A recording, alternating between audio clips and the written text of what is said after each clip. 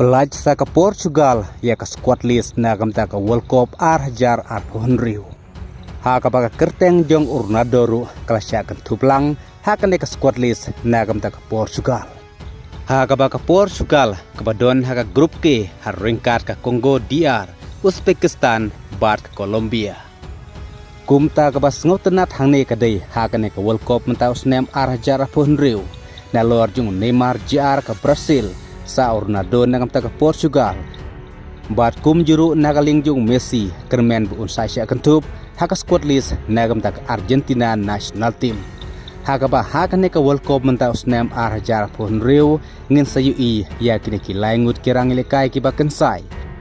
Haka ba kan sadai ka World Cup ka ba kadu nagam ta jung kini ki laingut kirang ilekai football ki ba kensai tam haka pertai.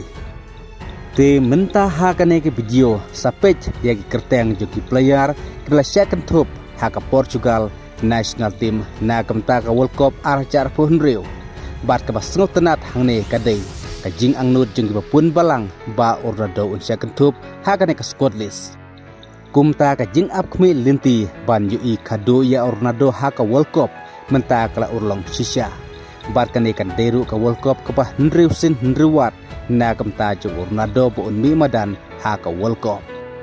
Haka ba Ronaldo na kamta ka Portugal ula ra buramru ha artli ki Nation League bat ka way ka European Championship usnem arajar khat nriu. Wala buntli ki trophy ba Ronaldo la yukur na kamta ka Portugal ndre ka badang ap kmilinti menta ka day sa ka World Cup. Tingin sepej menta haka ne ka World Cup menta usnem arajar arphonriu.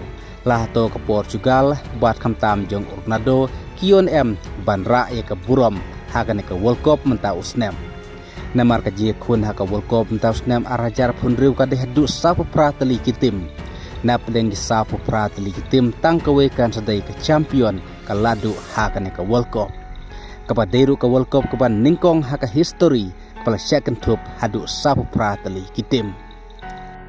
Te hakane ke video mentah sapej yai kerteng jong ki rang lekai football jong ke Portugal nagam ta ka World Cup arajar phonriu ko plesibon.